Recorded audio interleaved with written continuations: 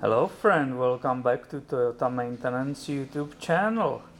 I got here today this 2005 Prius and it came for a check engine light.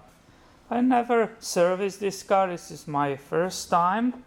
So of course, before even going for that check engine light, I'm checking the history of the service which is documented, and I'm checking overall condition, right? And I see immediately, and I know the owner wasn't told, that this car is being eaten by mice or rats.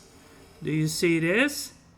That's a presence of rats using their teeth, right? Sharpening them or biting the stuff. That's what they do. Now, I apologize. I first remove this engine air filter without you. It was just changed with the engine oil, right?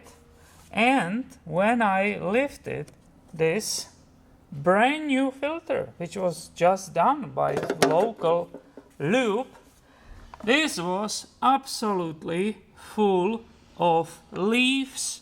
It was full of rat or mice poop, right? You still see the remaining. As I said, I wanted to show you I made a mistake. I first vacuum it and then I keep looking around and realize I have to show you that the clamp is incorrectly put here, right? Somebody was in hurry. There is a brand new belt, right? The accessory belt. It's completely loose. Let me show you. See that pulley there? Some technician replaced the belt. I can see the belt is brand new. I agree on that. But when I put my hand down there, I wish you can see it somewhere. Here, maybe. The belt is absolutely loose. I can move it. There's no tension on it whatsoever.